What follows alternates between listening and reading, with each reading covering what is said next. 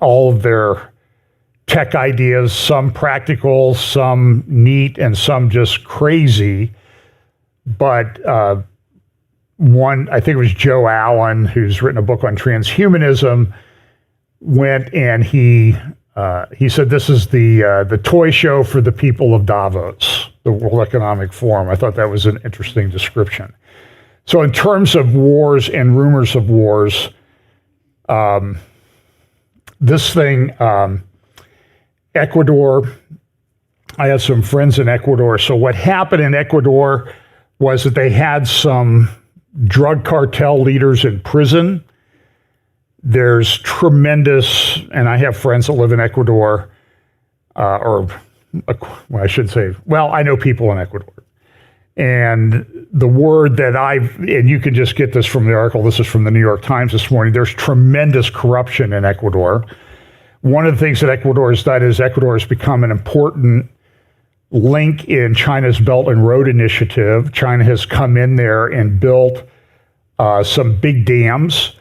And Ecuador is unique. They have pretty much 24/7 power because of the mountains and the rivers that they have. They have these giant hydroelectric dams that give pretty much, as I said, 24/7 power, unless somebody's cutting the copper wire to the transformers and stealing the wire, then the electricity doesn't work. But they have a lot of power. But one of the most recent dams that was built, and I think it might be the 9th one that's been built for hydroelectric power, China did it, and the design is pretty substandard. They've had tremendous silt buildup in the river, and it's just not working.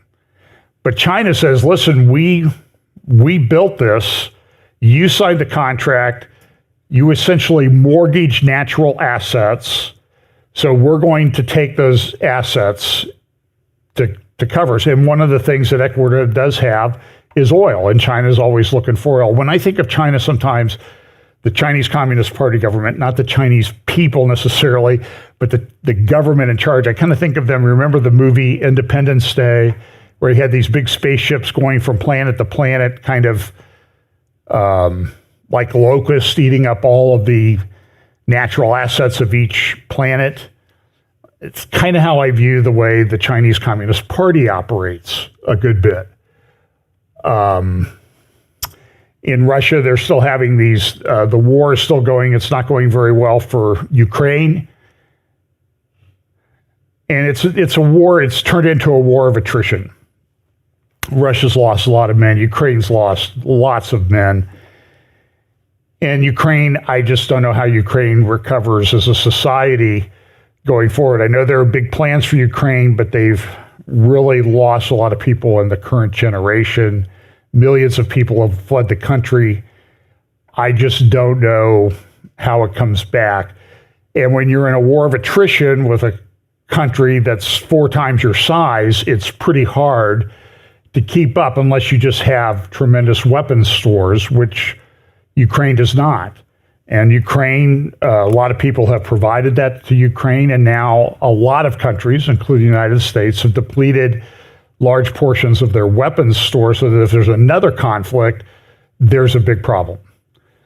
So that's another war and rumor of war thing. And I'll talk some other time about how this all fits in. This is a big political week. The Republicans have their first caucus in Iowa tomorrow. The weather's really lousy. The weather's going to be lousy. The weather's bad enough in Buffalo that they canceled a football game in Buffalo or postponed it for a day, which is pretty unusual. But it's kind of hard to get to the stadium in Buffalo right now. They've had a lot of snow. It's sub-zero wind chill, and it's snowing, and you can't clean the field off of snow, and you really can't. Kind of hard to play football when the white lines don't show up in the white snow, and you can't keep them cleaned off for over the game. So that's a big problem. The NFL, though, by the way, I don't know, I posted this on Facebook. They did sort of a blessing to everybody last night. They only allowed the Kansas City Chiefs playoff game to be streamed on a service that not that many people have, so we didn't have to get updates about the one Kansas City chief and his girlfriend and her attending the game and everything. So that was kind of a blessing in disguise. We didn't have to read that all night. But the other thing is, this is another article, I think this from the Washington Post and New York Times this morning, about the fact that the issue of abortion is going to be a big deal. Everybody was excited when Roe versus Wade got overturned, but that was only the very, very beginning of the fight. And now you're fighting 50 years of education of trying to overturn people, assuming, well, I have a right to abortion whenever I want to have a right to abortion. And so it's going to be a process to get those things overturned. It's not going to happen. Absent massive repentance and revival in the United States, I will always give that caveat. I just don't see it happening anytime soon. It could be a very big election. Even here, the county in which we live voted for the, I would call it, unrestricted abortion amendment that was on the ballot in the spring, and it was approved here by a vote of about 65, I think it was 65% in Delaware County approved it. And that's a pretty heavily, at least used to be, a pretty heavily Republican county. There's a thing I'm going to flag for you that I also want you to watch, because these globalists, these elites, are always trying to take control of everything. Now, one good news this morning is that John Kerry is leaving his post as the climate czar in the United States because he's going to work full-time for the Biden campaign. And I guess, Kerry can do that because he's only 81, and Biden, he's sort of I think he was the oldest person they could find that's still walking around that's older than Biden. So maybe he'll make Biden look younger in photographs of them together. I'm not sure what the purpose of it was. But this is something that I've been starting to read about, haven't been able to do a lot, but what they're doing is they're creating natural asset companies. What they're doing is they're creating a new class of assets. So the assets, so you might own a farm or a ranch. Let's say you own a giant ranch. That ranch has water on it. It has minerals underneath it. It might have oil on it. It has air above it. It has trees, all of those things. And what they're trying to do is they're trying to monetize and create an asset class for everything that is associated with the land. And what some companies doing, like particularly the Rockefeller Foundation, is they're creating this intrinsic exchange group. So what you're doing is they're going to be able to transfer those assets. And in some cases, these trusts, like the Rockefeller Foundation and other climate trusts, are going around and getting people to sign away the natural asset rights to their property. And when they do that, that's permanent. You can't get it back. And it's creating sort of some very complicated property transfer issues in the future. And their goal is to take 30% of all natural assets out of control of anybody, private hands, by 2030. And they're saying it. So this is what the Rockefeller Foundation says. This new asset class in the New York Stock Exchange will create a virtuous cycle of investment in nature that will help finance sustainable development for communities, companies, and countries. Together, IEG and the New York Stock Exchange, Intrinsic Exchange Group is IEG, will enable investors to access nature's store of wealth and transform our industrial economy into one that is more equitable. So there you see equity, diverse, equitable, social, governance. All these things are connected, and they're still pushing it, and they're becoming very creative. Now, there's a lot going on in the digital space. I mentioned that they're trying to regulate artificial intelligence, and there's not much happening there. This is interesting. Neuralink has now come out. They have a Neuralink startup working on tech so that you can keep working while you dream. In other words, they want you to be able to produce for humanity 24/7. I think it ignores the fact that sleep is actually kind of supposed to be beneficial and recharging your brain. And I don't think you need to understand that the people that are doing this, they don't care about whether it's good for you or not. And my concern is, and I saw a video this week by a guy named Nehls, Nehls, on the High Wire with Del Bigtree. You might want to watch that about brain chemistry and how brain functions and everything, and the implications of this in the time that we live when we talk about the mark of the beast technology and control, and then even implants and chips like Neuralink wants to do. That's something that's very concerning. Davos will be meeting this week. They've already said that some of the things they're going to talk about, they're going to talk about artificial intelligence. That's going to be a big deal. I think the overarching theme of the conference is called Rebuilding Trust. Now, I wonder why they have to rebuild trust. Was there anything that's happened in the recent past that's caused people to lose trust? And the answer is yeah, and they recognize that, so they're going to try to fix that particular problem. Now, this week, they had a news conference and they released their global risk report, which they do every year just before the Davos conference. Now, I'm not going to play you. You can go online, go to the World Economic Forum YouTube channel, click on the live tab, and the live tab will take you to the hour-long program that they had, should you want to watch this for the introduction of this report. And this was sort of the big finding in their report this year. As polarization grows and technological risks remain unchecked, truth will come under pressure. Now, around here at FBC, we've been talking for years about the war on truth. Now the question becomes, what is truth? Remember, this was the question that was asked during Jesus' trial. What is truth? And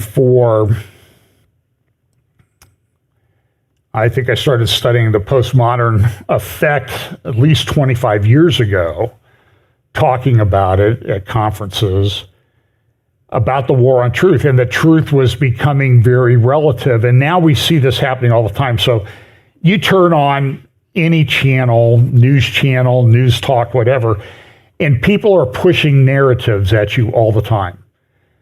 Some of these narratives are completely untrue. They're just totally false. But then when you raise it, well, I saw this happen at this particular event, like the event at the Capitol. We all know what I'm talking about. And you will say, well, I have some questions about that. They will say, no, you didn't see what you saw. I know you saw that on a video, and I know you heard audio, but that's not what you saw. They're gaslighting us. And so there's going to be a lot of gaslighting at the Davos World Economic Forum this week, as they have these maps that they make up about how everything is integrated. So here they have, like, the bigger the circle, the more important it is in their map. So this is one of their maps that they use. So here on the sort of center right, you can see social polarization. That's the big deal. Disinformation. They're very, very concerned about disinformation. That's connected to intrastate violence. And then up here, you have involuntary migration, as if they don't mention voluntary migration, which seems to be a big problem in the United States.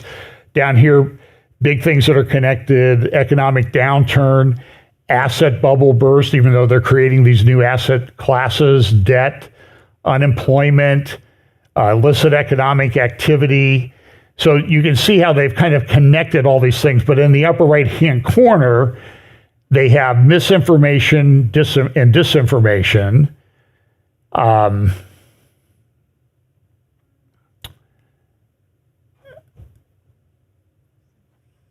Adverse outcomes of new developing frontier technologies, technological power, concentration. So they're talking about these things, cybersecurity, because, look, when everything's digital and everything's interconnected, cybersecurity is a big issue.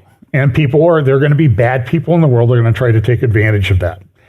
So I'll be monitoring the World Economic Forum meeting today, this week, and we'll talk about it when as I have time. I might do some interviews again this week. I do have a couple scheduled already now that I think of it. So one of the things that's a big deal in the world today is China. China seems to have its fingers in everything. I'm not sure that I sort of subscribe to the notion that China has some major issues, and because it's the most populous country on the planet, at least right now, its problems are magnified. So they have this shadow bank that they've had has collapsed. They've had real estate problems. They've built these cities with nobody in them. So far, it's a big problem. One of the things that was related to the disinformation, misinformation thing at the World Economic Forum is the effect of this on elections. About 50%, close to 50% of the world this year will have national elections. I think that might be unprecedented. 50% of the world's population, 50% of the world's GDP will be undergoing elections. So there's a potentiality for a lot of disruption. So here's a French paper talking about disinformation, Financial Times on the right, the rising AI threat to democracy, about deep fakes. I think you're going to see ads and videos in this election, and you're going to need to question whether they're real. I think they're going to be so good that it's going to be very difficult to figure out whether they're real or not.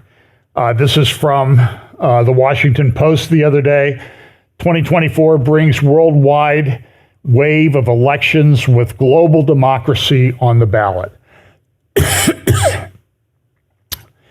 The most recent example of the potential of disinformation, and of course here there's the narrative about what happened in Washington a few years ago, and this week or last week was the anniversary of that, third anniversary of that, and everybody was talking about it. And again, people were pushing their particular narrative about what happened that day.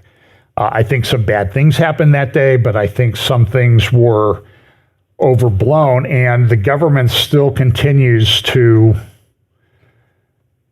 arrest people. You can send me an email. I'll send you, rather than talk about it and get our YouTube channel taken down, there's some good documentaries that have been made about those particular events and the people that have gotten caught up in the investigations that I think are worth looking at.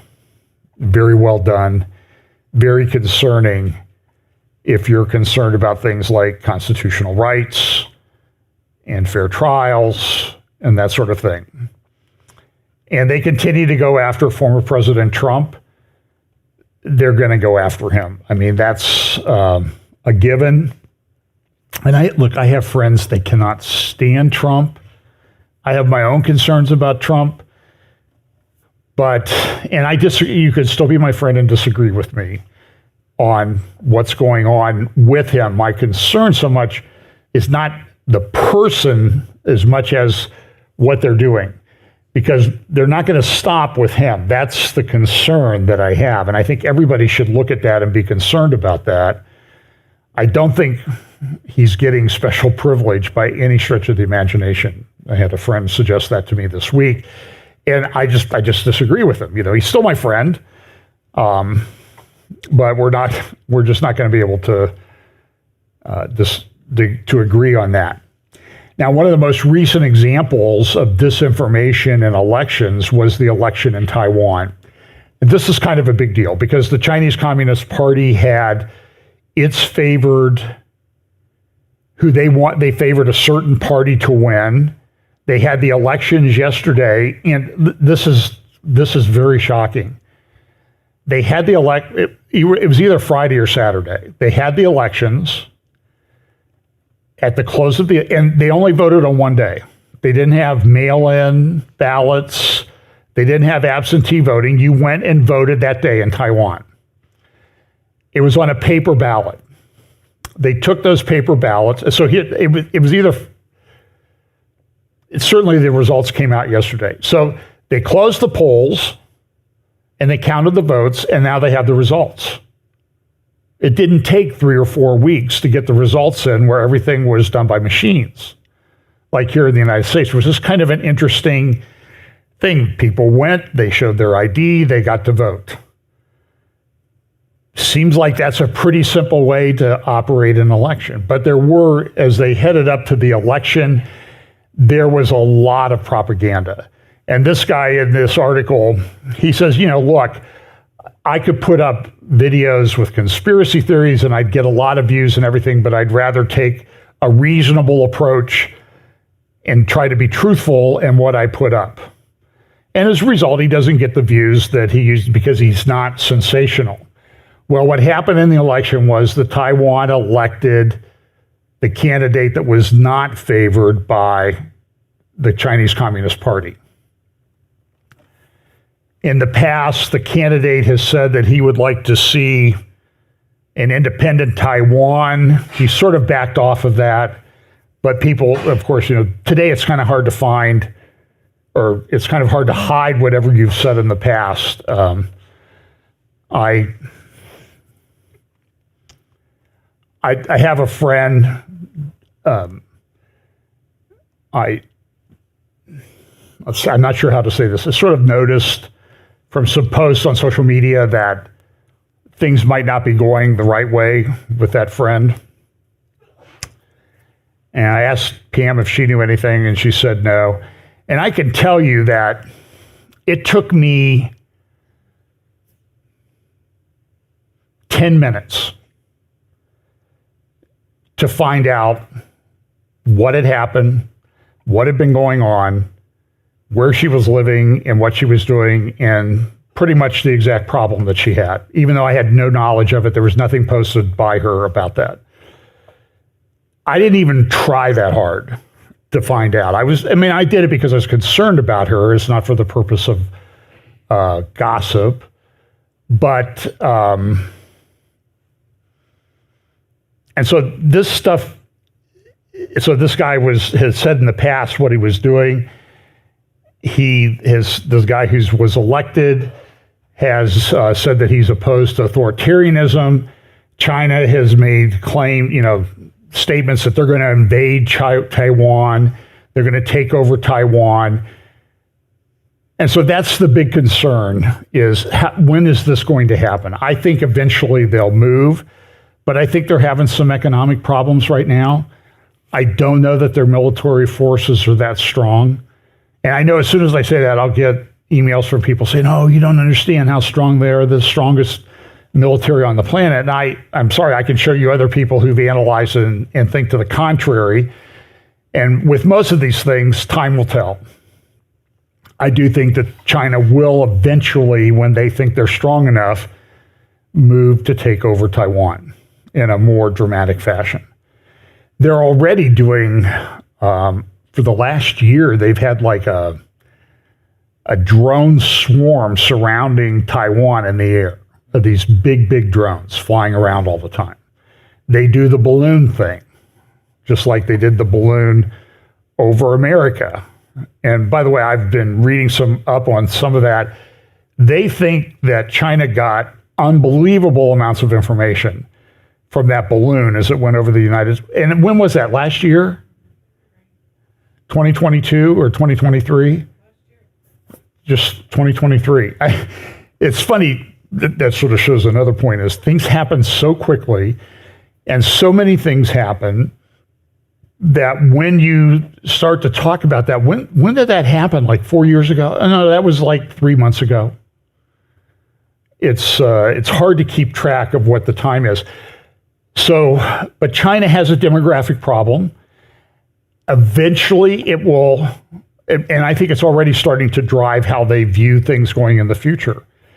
Over in Asia, there are more wars and rumors of wars. You know that there were like 600 mortars and missiles fire exchange between South Korea and North Korea over the past 10 days. And it doesn't really even make the news. We have Ecuador, we have China, we have, there's just disruption in a lot of different places. So wars and rumors of wars, that's what Jesus said we could expect. Now, this is one more thing that it'll be discussed at World Economic Forum. So if anybody wants to, the fact checkers want to fact check me, I got this from the World Economic Forum schedule for the Davos meeting. And if you could zoom up to the top there, and it says, there we go, preparing for disease X. Now, wait a minute, and I'm telling you, I'm seeing all kinds of stuff being written about this. With fresh warnings from the World Health Organization that an unknown disease X could result in 20 times more fatalities than the coronavirus pandemic, what novel efforts are needed to prepare healthcare systems for the multiple challenges ahead? This session is linked to the Partnership for Health System Sustainability and Resilience and the Collaborative Surveillance Initiative of the World Economic Forum. And understand, Collaborative Surveillance Initiative is capitalized. So that means it's a formalized program. What are they planning? And there's a lot of things going on in the WHO proposals for what they want to do to take control. They're proposing a treaty. They're calling it a treaty. But my concern is that our administration, the current administration, I think it's supposed to be finalized in May, around May 24th or something like that. And this has been discussed.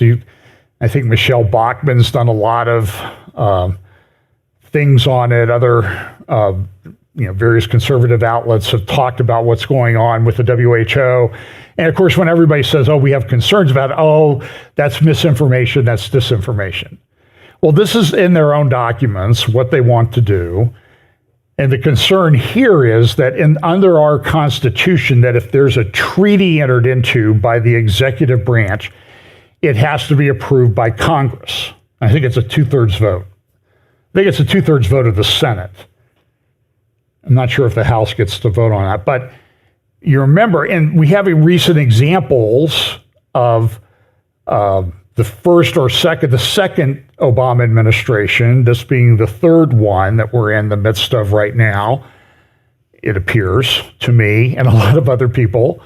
I think even Fox News the other day was using the term the Biden administration.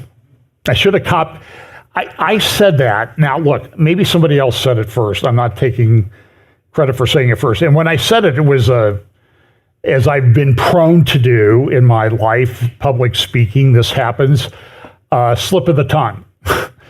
I was sort of thinking of a couple concepts, and one came out in the word Biden. And I should have copyrighted it, trademarked it, but I wasn't that clever or that fast.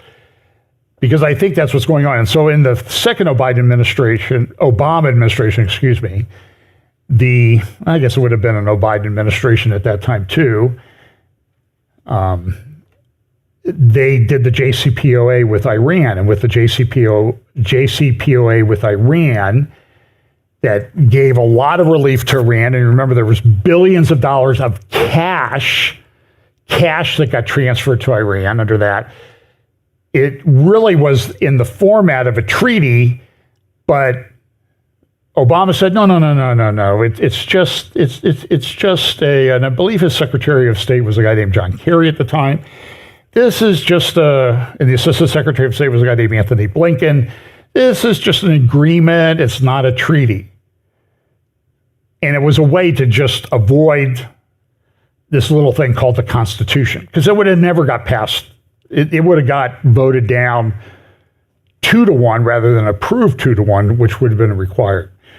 So pay attention to this, because I think this is going to be a big deal as we go forward. And this will be, I think this is on January 17th at 11:30 to 12:15. That's Central European time.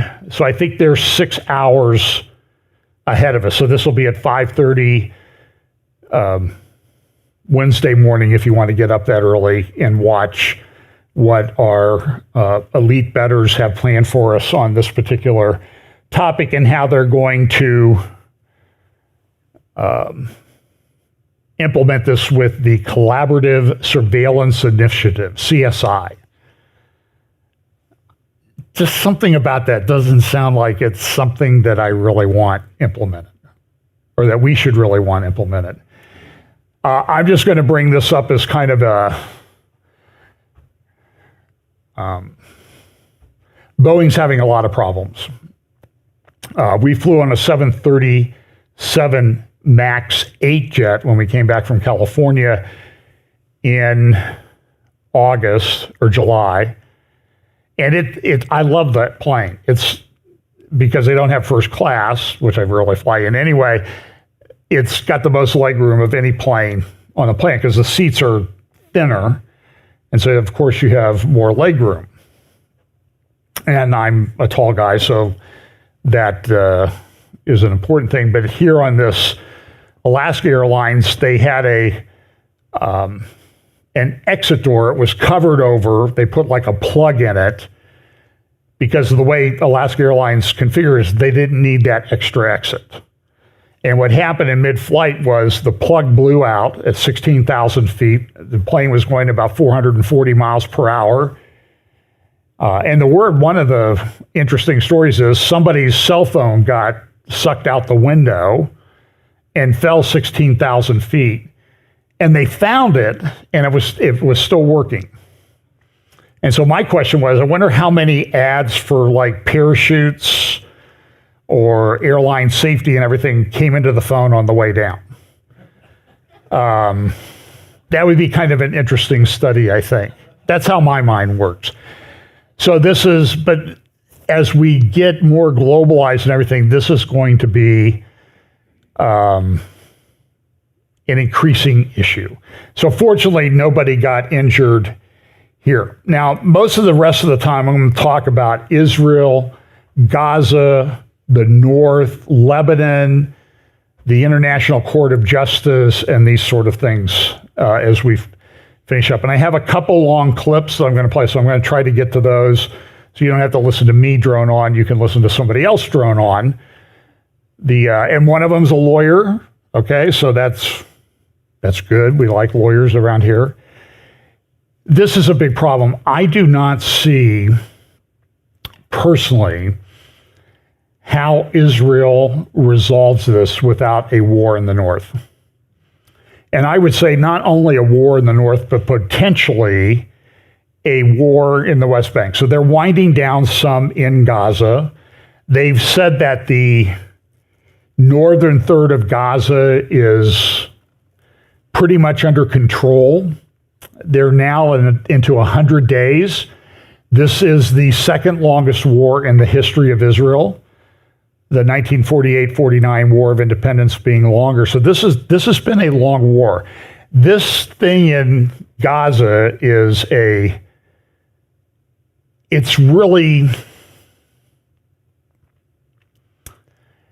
it's causing a lot of problems in Israel. How did this happen? Why didn't they do anything about this? Why didn't they prevent this from happening? Didn't they know what was happening? And some of these tunnels, they're being built, the tunnels they found, they're big enough to drive cars through.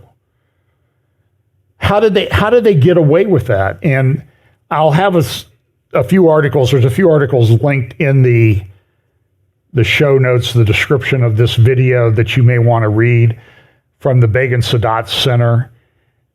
They're pretty good. If I have time, I'll reference them. But this is an underground city. This is the most complex terror base on planet Earth. But understand that in that little white area there along the ocean, there are hundreds of miles of tunnels. They continue to find them. They go to a particular place and they'll find 8, 9, 10 tunnel entrances.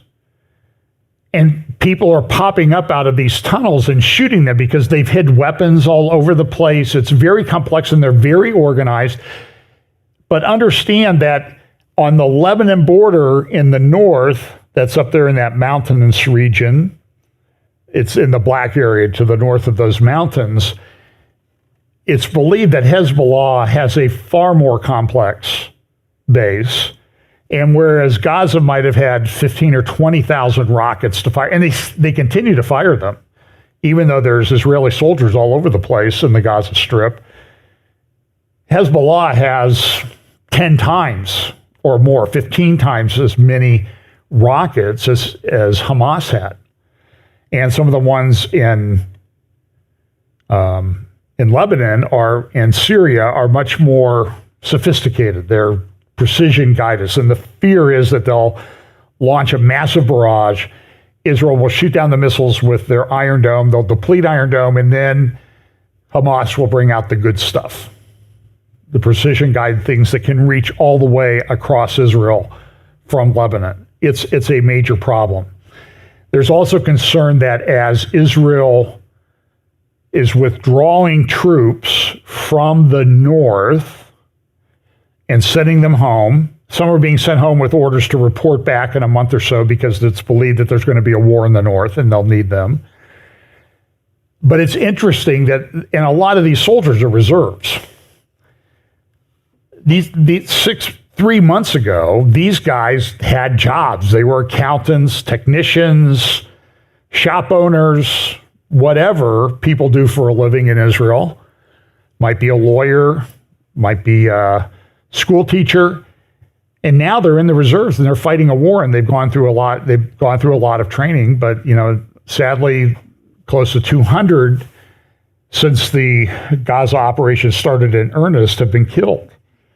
And there's a similar, not that many up north, much less number. And I was listening to Caroline Glick. I'll play a clip of her in just a minute with David Wormser. Going to funerals every day for people in your community, sons of neighbors that have been killed in action. And in a country like Israel, so I did an interview this week with a guy named Stan Goodenough. His name actually is Goodenough. He grew up as a son of missionary parents in South Africa, moved to Israel many years ago, a tour guide, and he loves Israel. And it was a very,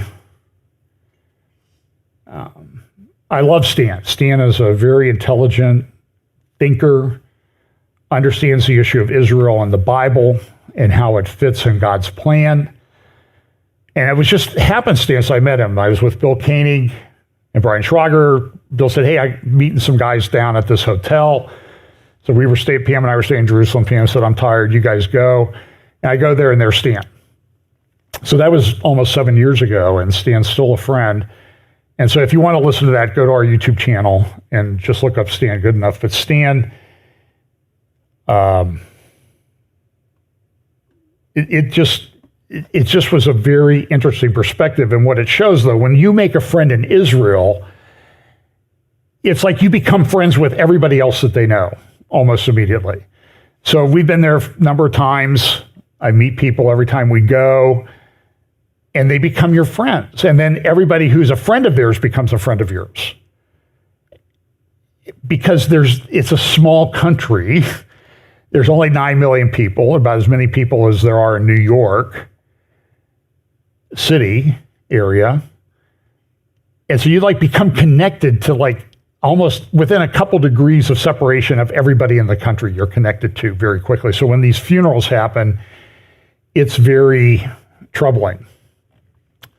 So the Houthis in the south of the Arabian Peninsula, there's been a long war with Saudi Arabia over the last 10 years.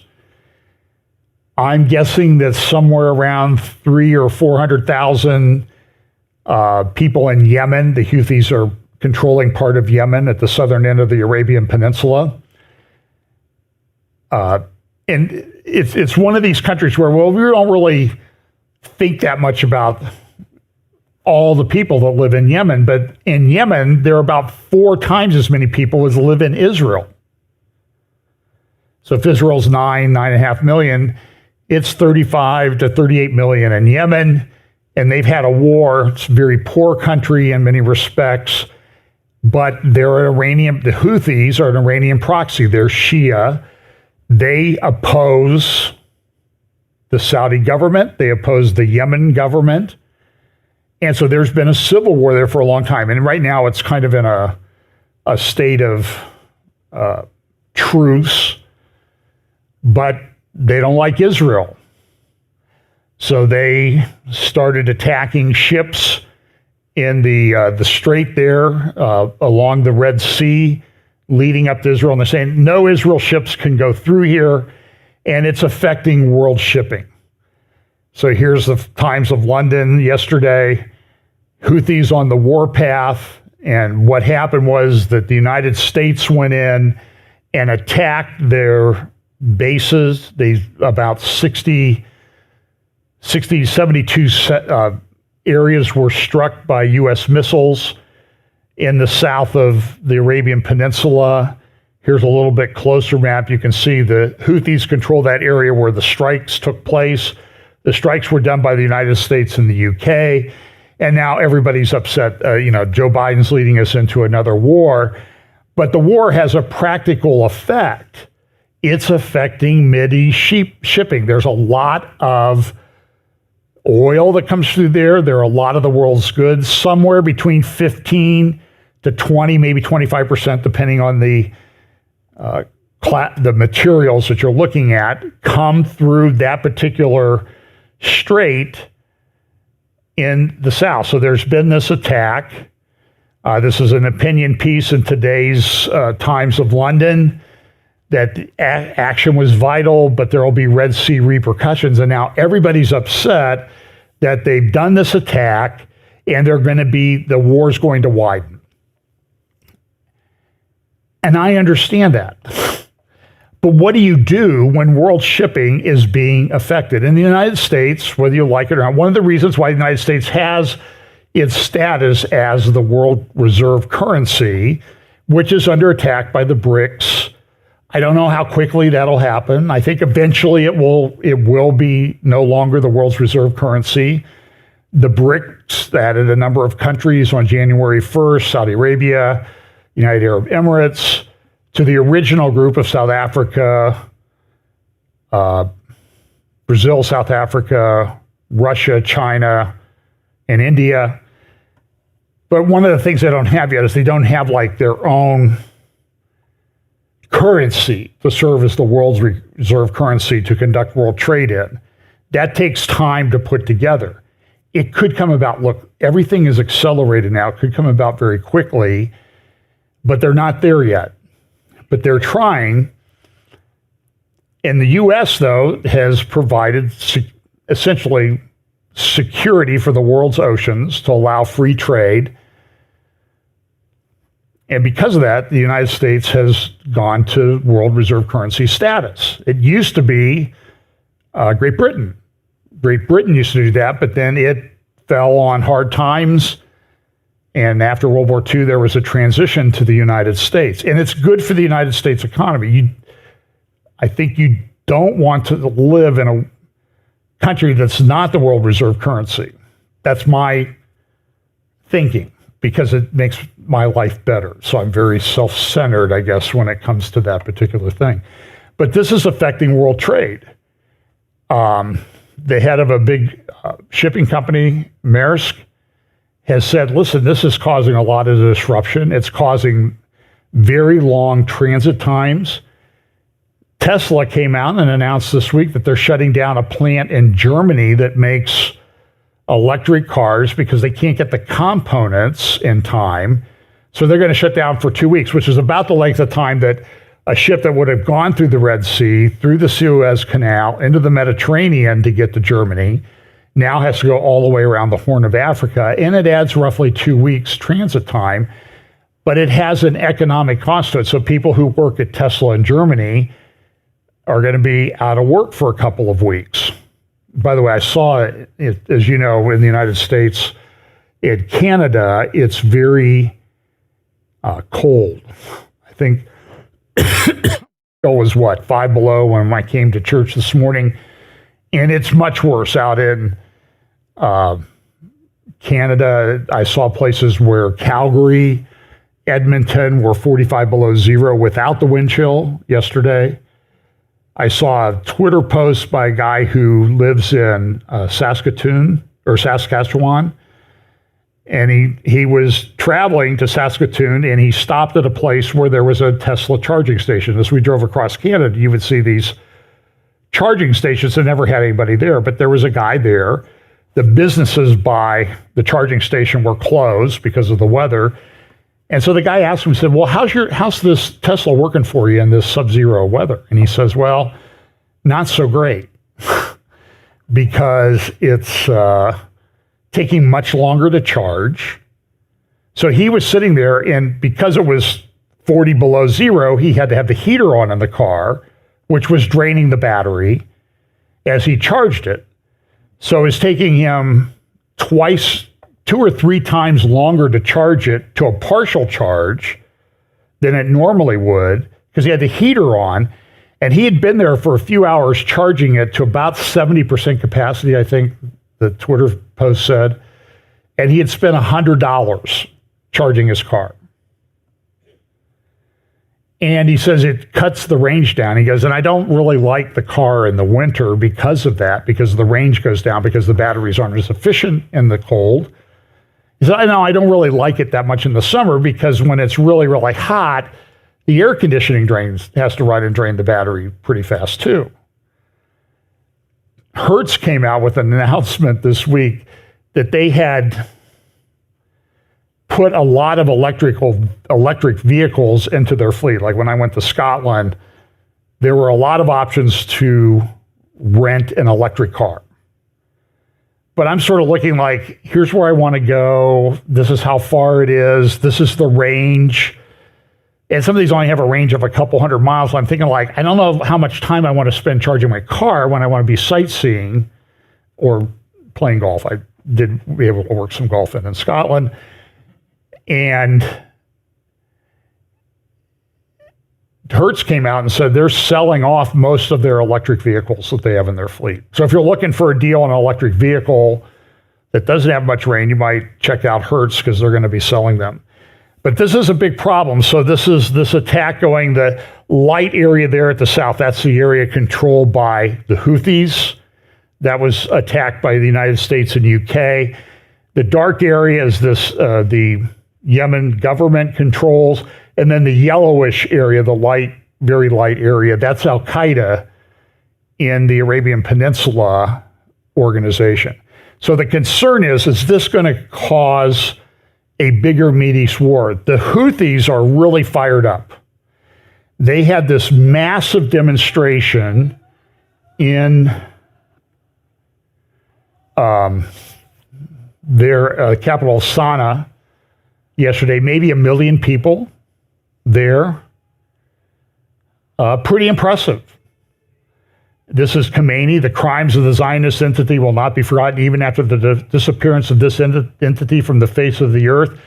These crimes and the murder of thousands of children and women will be recorded in the books. So Iran keeps stoking it. This is an Iranian-backed organization. Here's another photograph of the protest that took place. Pretty impressive. Here is a BBC interview, and I can't remember who this is with, talking about what really drives the Houthis. What do they believe? What drives them? And the Houthis have a chant, a governing phrase, and this guy will talk about it. If you want to know what the Houthi terror pirate regime is about, you need only look at its slogan, which very helpfully was right by your right ear until a second ago. It says, Allahu Akbar, death to America, death to Israel, cursed be the Jews, victory to Islam. The Houthi terror pirates have all the self-awareness of cartoon villains, but they are no laughing matter. They're a dangerous business. They are a dangerous business, but you don't want to see this escalate across the wider region? No, of course not. We very much hope that this conflict can be contained and that the massacre that Hamas perpetrated on October 7th, that chapter can end with the destruction of the Hamas regime and return of the hostages.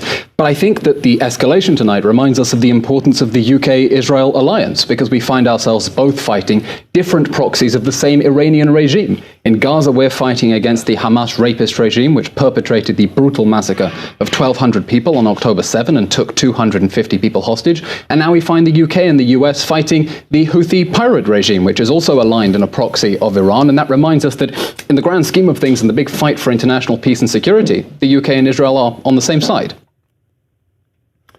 That's Elon Levy. Sorry about that. Well, this is Saret Zahavi. She heads up the Alma Research Center in the north of Israel. And they're concerned there's, 60, 80, 100,000 people have evacuated the north. Some have said they may go back home, but most of them will say, I'm not going back until it's safe. And you have to deal with Hezbollah. You have to make it safe for us. And some people are saying, we're never going back anyway. It's tremendous internal displacement in Israel because of this, because of the threat from this. And she said this, something that somebody doesn't even really talk about. The IAEA, the International Atomic Energy Agency, confirmed that Iran had increased the production of uranium enriched up to 60% to about 9 kilograms per month at these two facilities combined since the end of November. The Western media reports claiming that Iran is not interested in war are at best misleading and at worst indicate a lack of understanding of the chess game we are experiencing here. Iran initiated the war, but as long as it can use Arab blood and not conduct this war in its own territory, it will continue along this modus operandi. Under these conditions, French and American ministers and advisors travel throughout the region, seeking to create diplomatic solutions to problems that would only grow worse under the very proposals that they make. She's exactly right. And Anthony Blinken and Amos Hochstein have been running around over there trying to figure out how to do this. And then this report today in the New York Times, the firepower of the Houthis remains largely intact despite the wave of strikes. So we're really good in the U.S. that when somebody attacks us enough, we go and blow up empty buildings.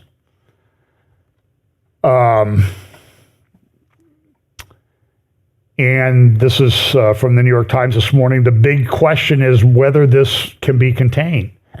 Biden tells Iran, we're ready to go. This is a report from Alma. Also this week, Alma Research talks on pushing back Hezbollah from the Lebanon-Israel border are designed to deceptively pacify Israel. And so here's Amos Hochstein. This is a report. He's going up there, and he's talking about this place in the north of Israel called Sheba Farms. It's not a farm. It's a mountain. It's a heights. It's a very strategic land. And he's talking, I did the maritime border. That worked out wonderful for Israel. They got peace, right? There was going to be peace, and there's a peace. Well, how long's that lasted, Amos? And so we have these, frankly, lunatics. This is the new ambassador to Lebanon that's coming in. And the title of this article is, My Mission Does Not Include the Sheba Farms. And you'll see a little bit about this. So he's saying, look, we're going to get this solved. I'm going to get this solved. We're going to bring peace to the north. And I just think that as I analyze it, war seems to be inevitable. This is from the Washington Post the other day. Israel's talks of expanding war to Lebanon alarms the U.S. And there was a report, supposedly, that the Washington Post saw, confidential, top secret report from the Defense Intelligence Agency saying, from the United States assessment that, boy, if Israel goes to war with Hezbollah, they're not going to be able to handle it. They're not going to be able to handle Gaza and Hezbollah at the same time. Now, I have a lot of confidence in Israel, but it's going to be kind of a difficult thing. So we have here in the north, you see Beirut and Haifa. Here are some other maps. Let me see, I get my laser pointer here. So this area in here, so this is Majel Shams. If you've been to the north of Israel, that's the farthest north town. Mount Hermon is here. And this area here is Mount Dov, Sheba Farms. It's not a farm, it's a mountain range, and it's the heights, and you want to control the high ground. And so here, this is, there's a village called Gajar, there's Tel Dan, that's about 2 miles there. So Amos is going over there, well, we have all these border disputes, and we'll just give more land to Hezbollah, and they'll agree not to use it for bad things against Israel, and everything will be okay. Well, how's that going to work out with a company, organization that is dedicated to your destruction? So here's another view of the same thing. So here's Beirut, and then the coast, of course. There's Tripoli up there, from the halls of Montezuma to the shores of Tripoli. And then over here is Damascus, right here on the right. So from Damascus across to here to Beirut, to give you some idea, that's like 50 miles. So it's not that far. Here's Mount Hermon. Here's Majul Shams. If you've been to Caesarea Philippi, that's right in there. And then Tel Dan is right over in this region. And so from Majul Shams to Tel Dan, as the crow flies, is about 6.5 miles. So you can tell everything is very, very close there. So and so the question is, well, we'll just have them withdraw north of the Litani River. And so Israel, let's see, here's Metula. That's the furthest north town. So the border comes across here, this direction. And then it kind of goes to the north up around Metula, and then it goes over to Majul Shams, and then this would be the Golan Heights over here on the right. And so, but they talk about, well, we'll withdraw north of the Litani River. Well, the Litani River kind of comes down. You see this sort of green area here on the map?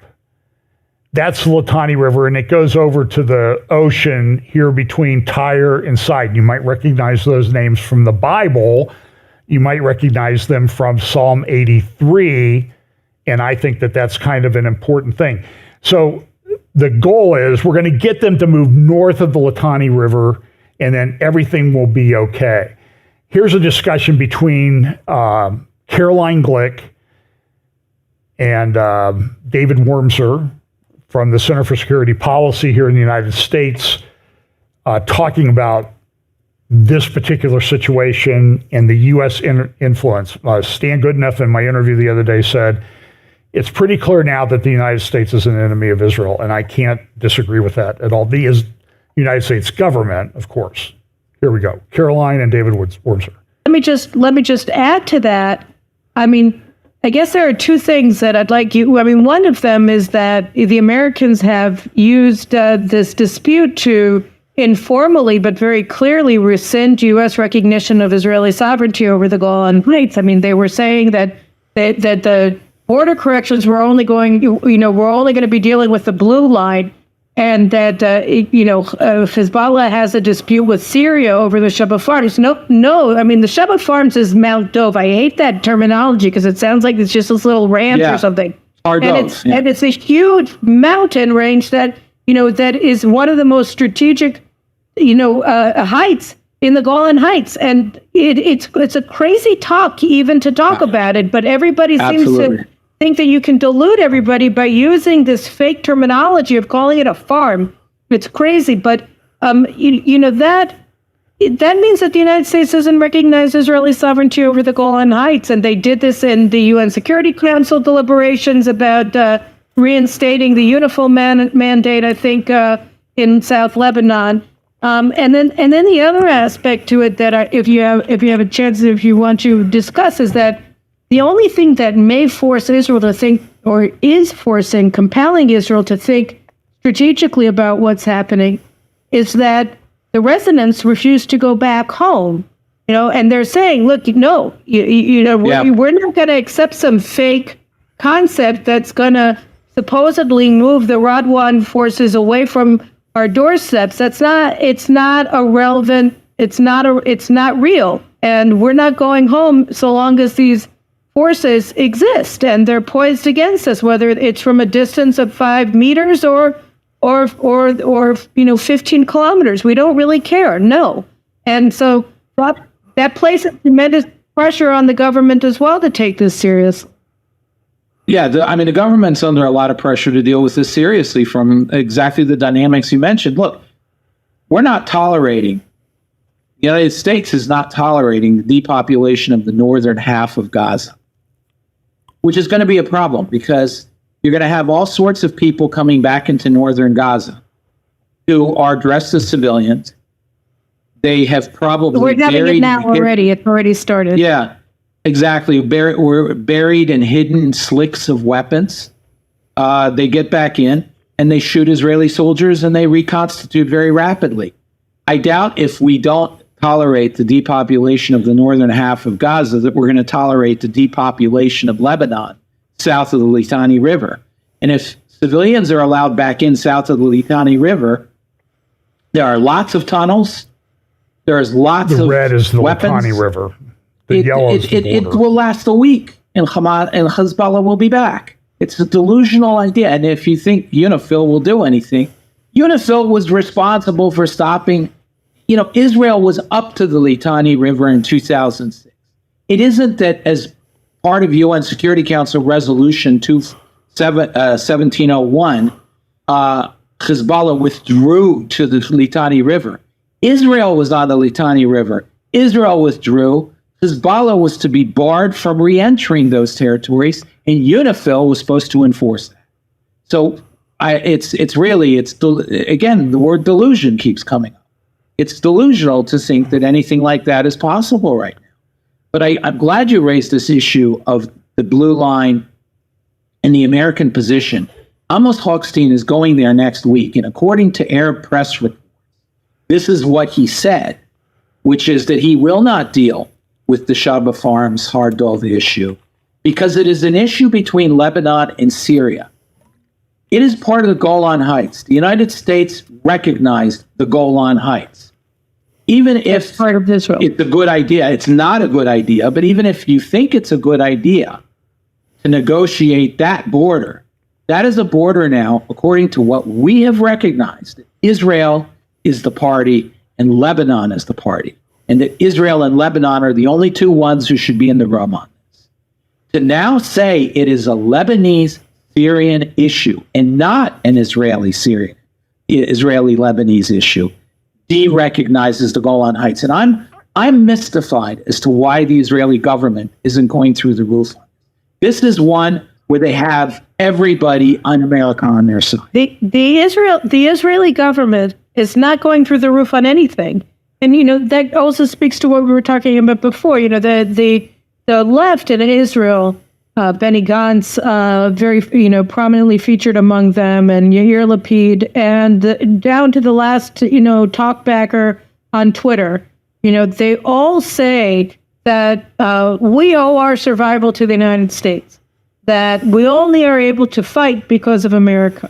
And they, on the one hand, they've spent the past decades deepening Israel's dependence on the United States for its military, but on the other hand, then using the United States, which is so anti the Israeli people that it has the nerve to say, you, Prime Minister Netanyahu, have to choose between your coalition partners and Israel's alliance with the United States.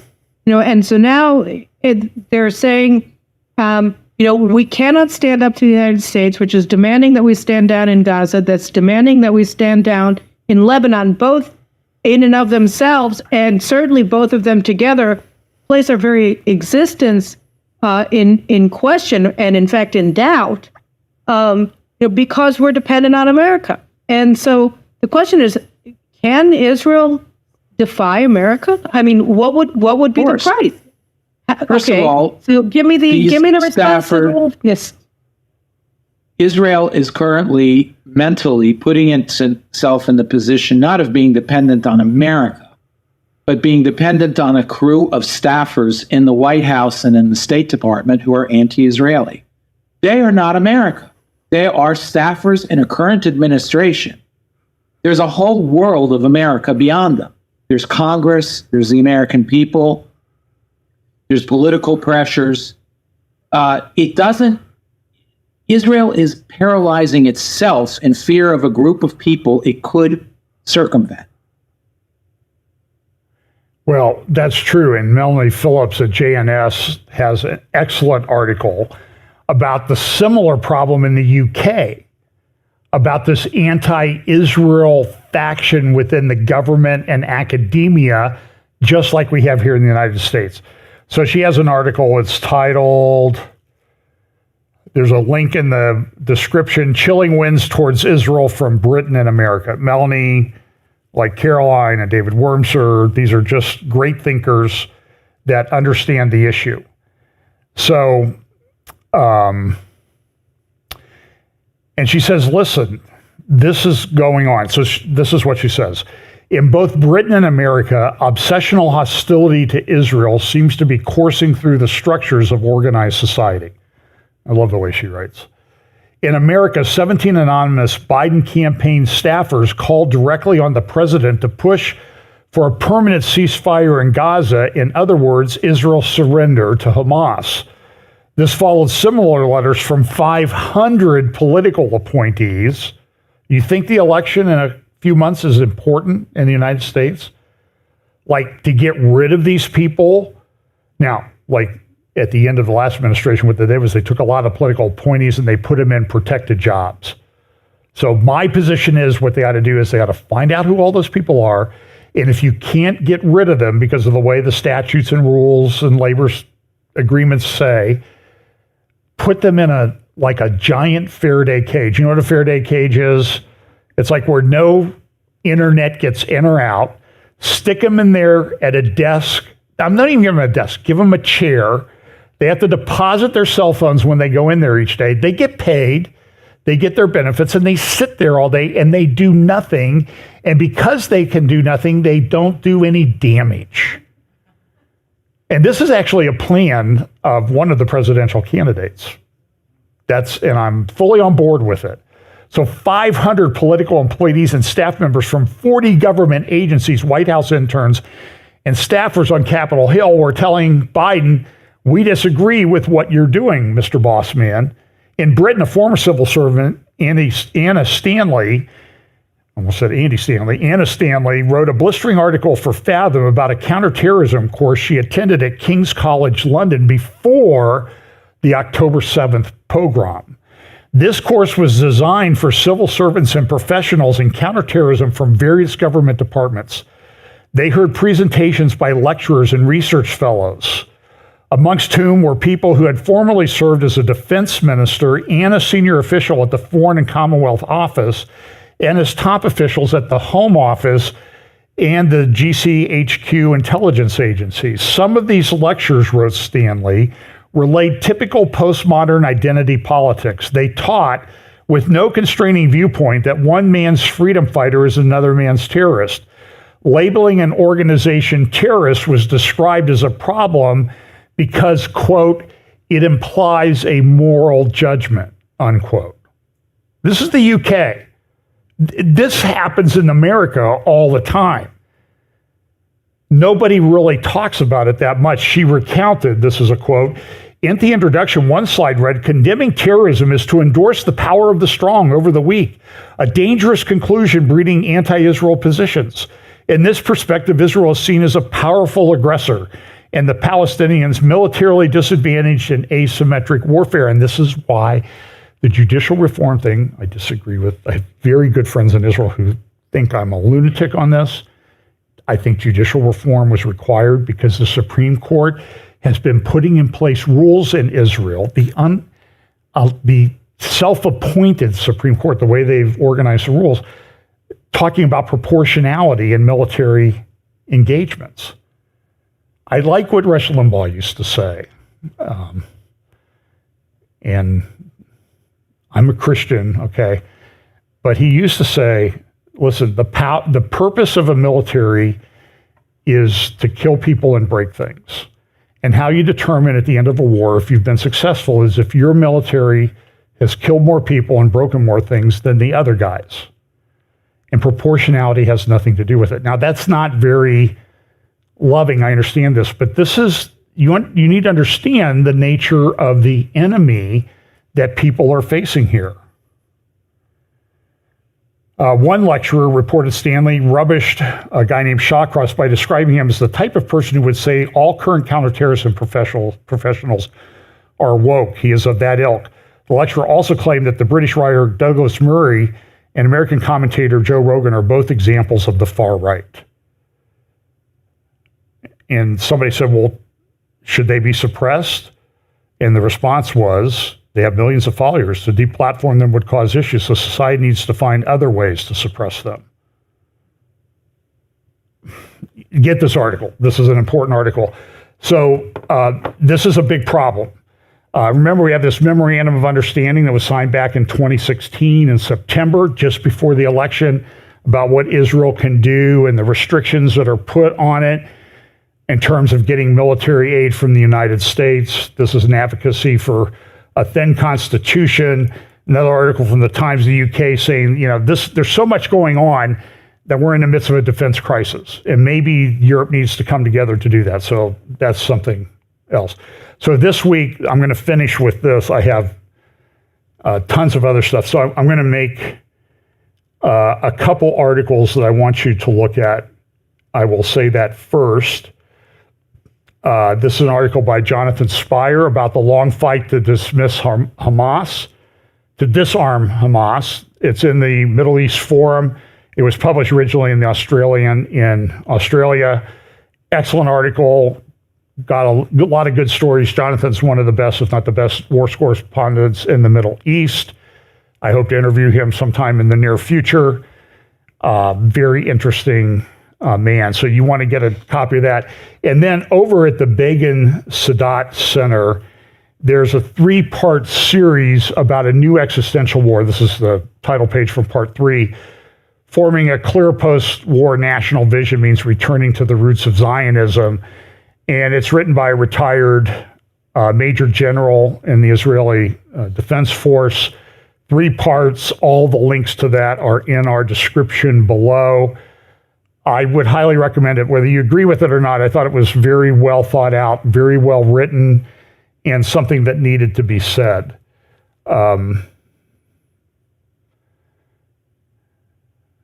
So we're at this stage where it's 100 days that this has been going on. And so I'm going to play you a clip from the International Court of Justice in The Hague.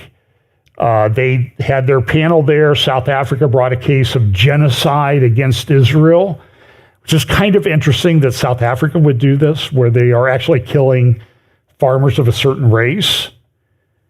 And the governments there, and I have friends in South Africa, don't put that on us. We're very pro-Israel, and I understand that. It's the government that we're talking about. So here is, I'll skip over the people who presented a case for Hamas. Here is a Jewish lawyer, Israeli Jewish lawyer from the Ministry for Foreign Affairs, doing his presentation. Let me jump into that at the beginning.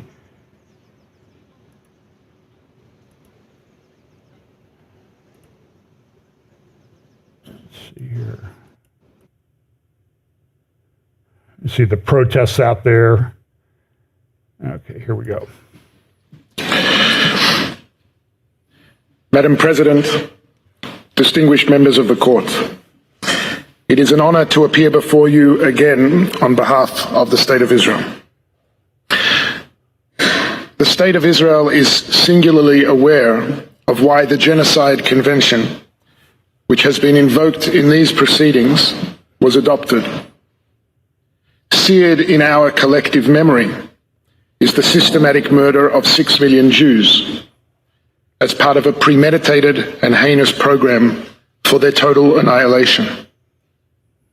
Given the Jewish people's history and its foundational texts, it is not surprising that Israel was among the first states to ratify the Genocide Convention without reservation and to incorporate its provisions in its domestic legislation.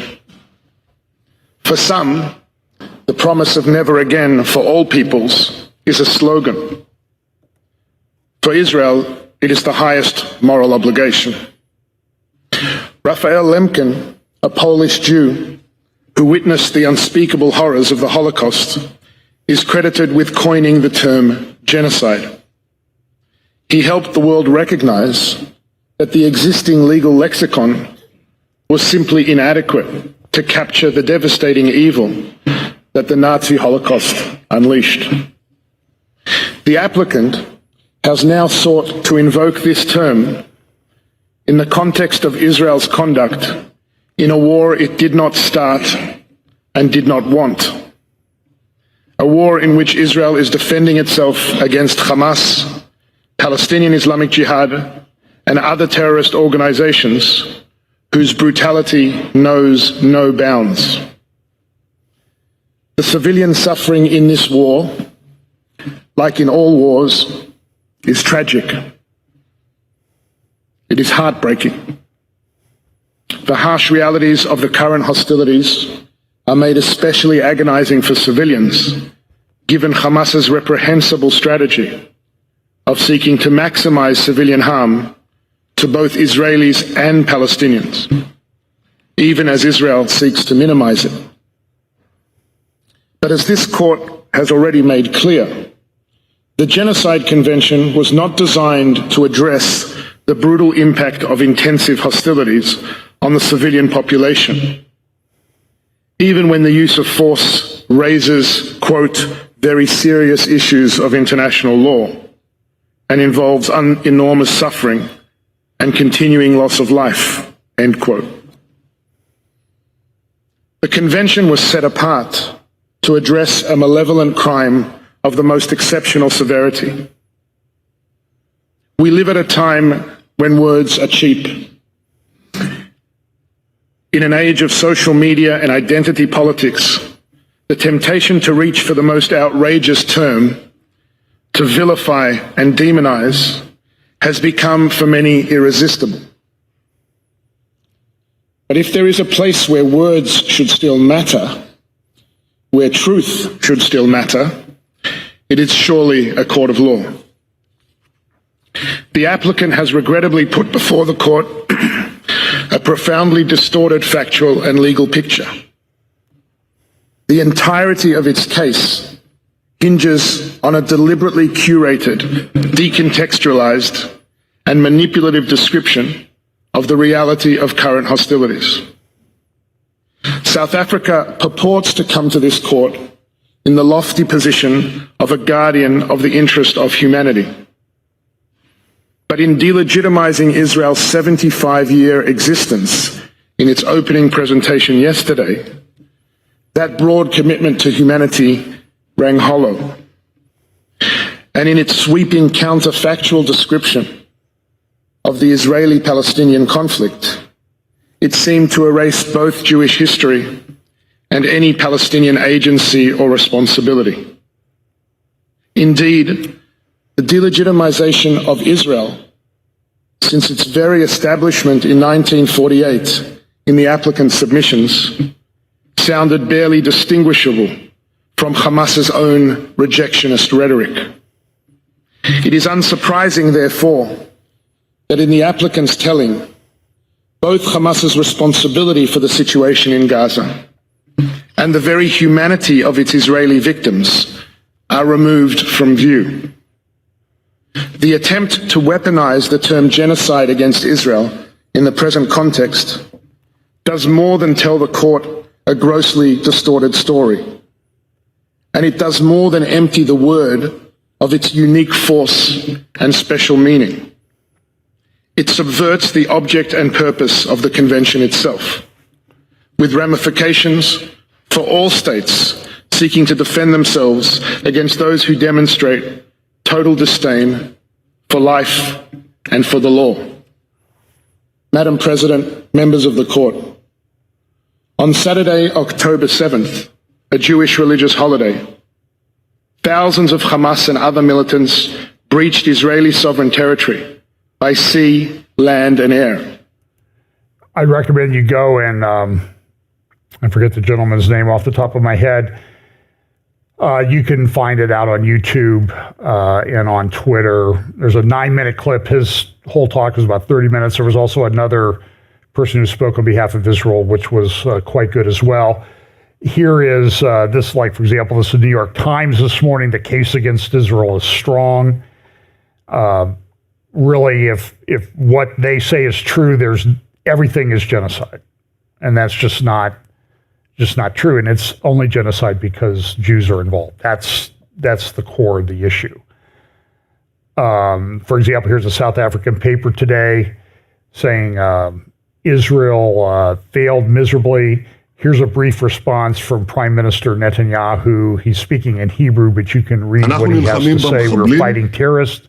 We are fighting lies. Today, again, we saw an upside-down world in which the state of Israel is accused of genocide at a time when it is fighting genocide. Israel is fighting against murderous terrorists who committed horrific crimes against humanity. They slaughtered, they raped, they burned, they dismembered, they beheaded children, women, the elderly, young men, and young women.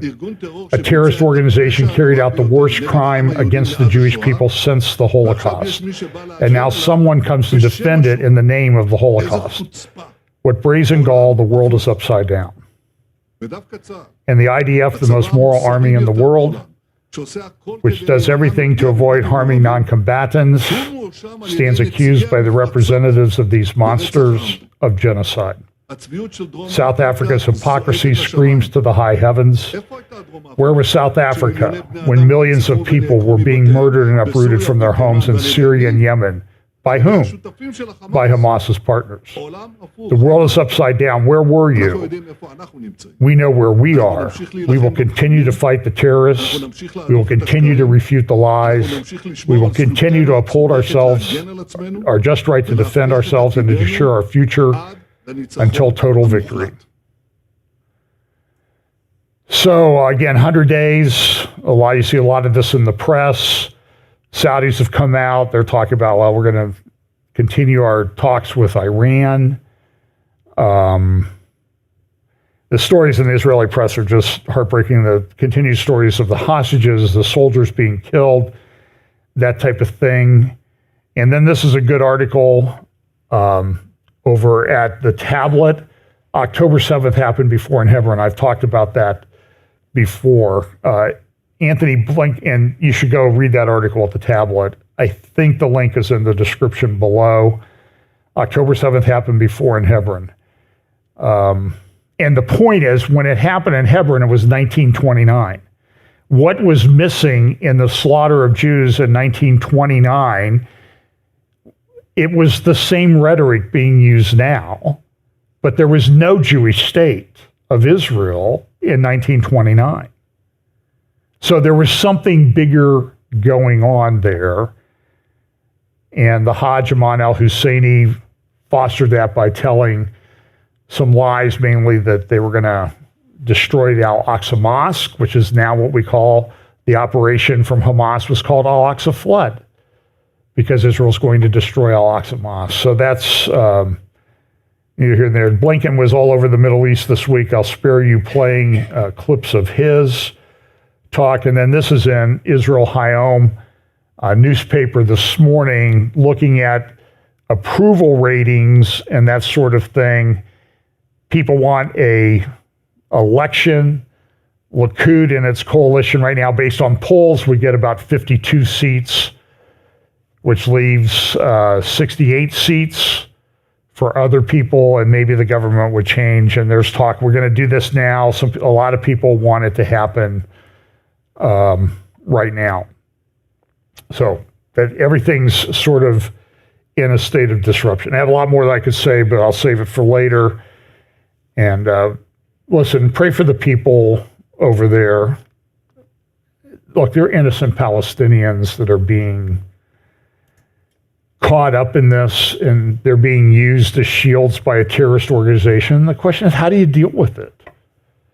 And you have to take them out. And it's just the way that it is. And everybody wants to rescue the hostages. It's very difficult. There are hundreds of miles of tunnels. They haven't all been uncovered yet. I don't know how this ends. And believe me, I don't know how this ends without a war, a similar war in the north at some point. And the world is going to turn against Israel, against Jerusalem. That's prophesied, and we know that that's part of this end time. So let's pray, and check the description below for links to the articles. Lord, We are so grateful for the blessing that you gave us of prophets who wrote centuries, even millennia ago, indicating what the world would be like, that we would have to navigate as we got closer to the return of the Lord. And Lord, just give us wisdom to understand what's going on, not to be fearful about it, but to warn others and to use it as an opportunity to grow in our faith and to share the gospel of Jesus Christ with those around us. Bless us this week. In Jesus' name, amen.